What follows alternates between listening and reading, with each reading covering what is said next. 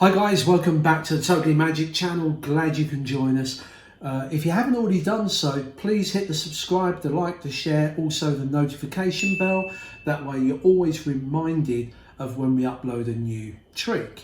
Now, today's trick is a great impromptu card trick using just a regular deck of cards, and we'll just give these a quick shuffle like so. I also wanted to show you that the cards aren't just all regular. You can see that quite easily. I don't know if you can see that on the camera, but they are just a regular deck of cards. But it doesn't matter about the whole deck because we're only going to use half of them.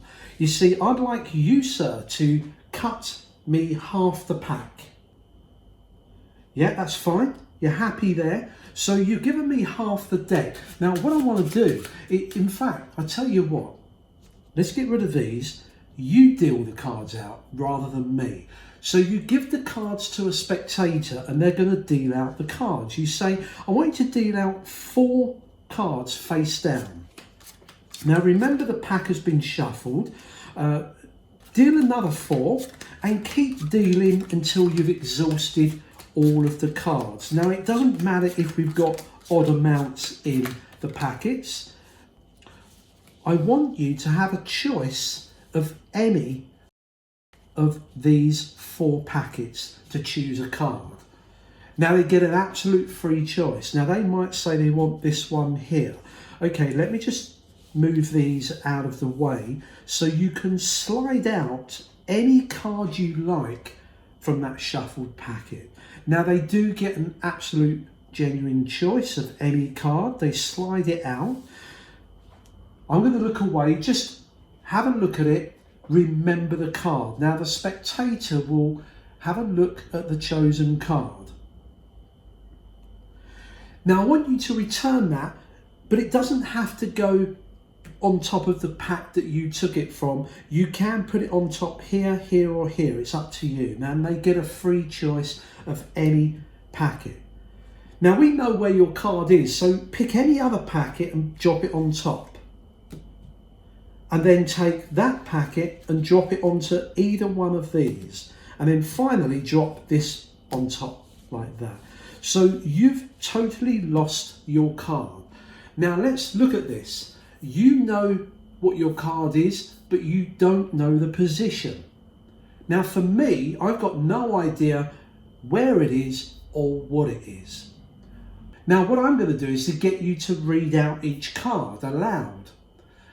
And from the tone of your voice, I'm going to pick up your card. Now, what I want you to do is take the cards, and in fact, you can cut these and complete the cut as many times as you like. But then I want you to pick up the card, read what you see and put it down. Take the next one, read out aloud what it is. And you do that through all of the cards. Now, because I've seen the cards, can you just cut the cards? And can you even give them a shuffle? Now, remember that the spectator is doing this. He's cutting them and he even gives them a shuffle. Now, I'm going to look away while you do this, but just read out aloud each card. So I turn my back on them and they will then read out each card. The 2 of diamonds, the 10 of diamonds, the 8 of hearts, the 6 of hearts, 10 of hearts, 9 of diamonds, 8 of diamonds, jack of spades, jack of clubs, 3 of hearts, 8 of diamonds, king of spades, 6 of diamonds, 3 of spades, 10 of clubs, 2 of spades, jack of diamonds, queen of diamonds, 3 of clubs, 2 of hearts, 7 of clubs, jack of hearts, 9 of hearts. I then turn back around and I'll be honest, I didn't pick anything up. I didn't quite get a change in your voice. You make a good poker player. But being a magician, I'm going to use an alternative way of finding out what your card is. Remember, you've never shown anybody your card. You're the only person that knows that. But I'm going to use my mentalism skills as a magician to pick up your thoughts. Think of your card, nothing else, just your card. I'm picking up that it's between red and black it's not a red, it's a black card.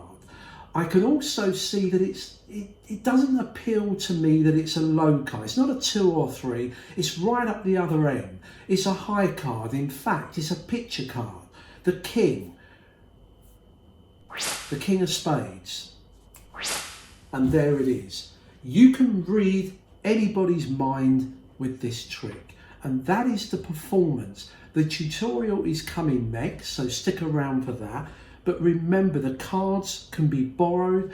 They are actually cut and shuffled by the spectator. The magician doesn't handle the cards at all during the performance, but he always gets the card absolutely right. Hope you enjoyed that. Here's the tutorial. Now that trick you just seen is a great little quick card trick. If you're at a bar, in a restaurant, or sitting on a platform waiting for a train, it's a great trick because it takes 2 or 3 minutes.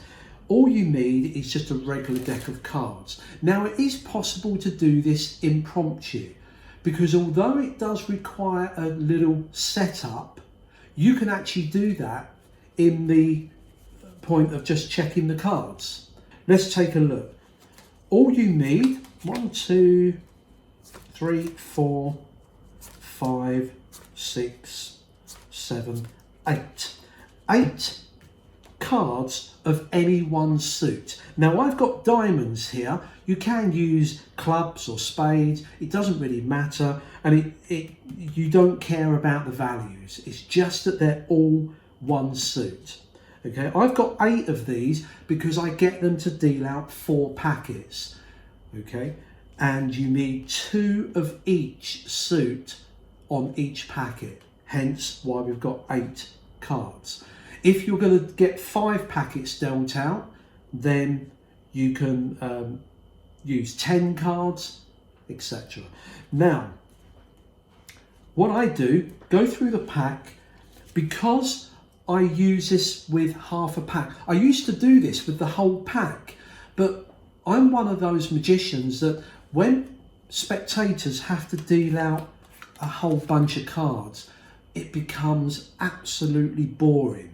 That's when the audience start grabbing their phones and doing something more interesting instead.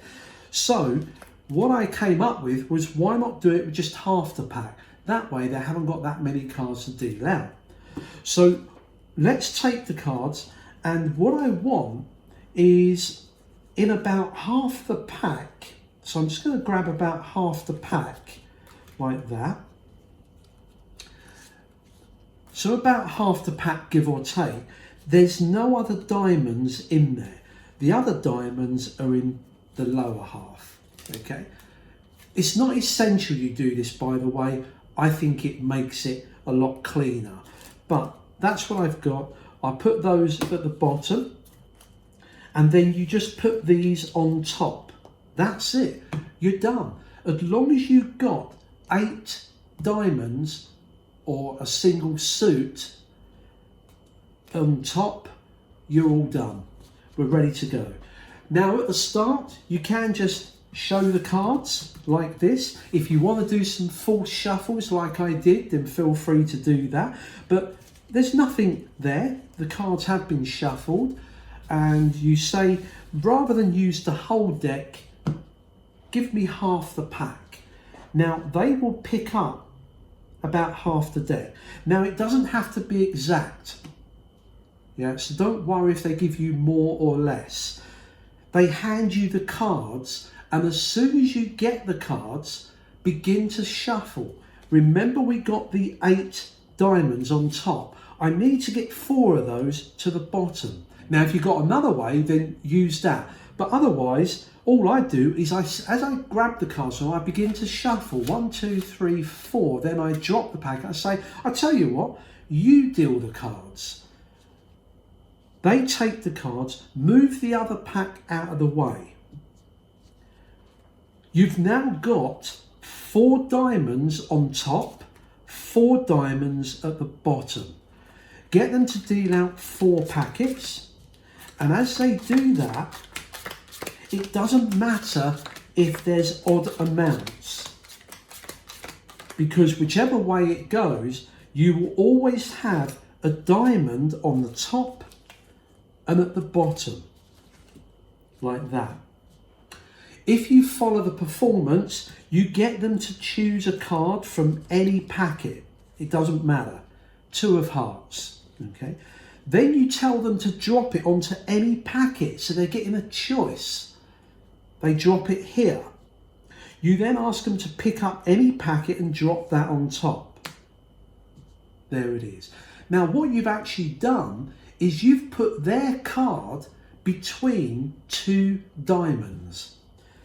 You then say, pick up this pack and drop it onto any, and then drop these on top. Now, as far as they're concerned, they've lost their card.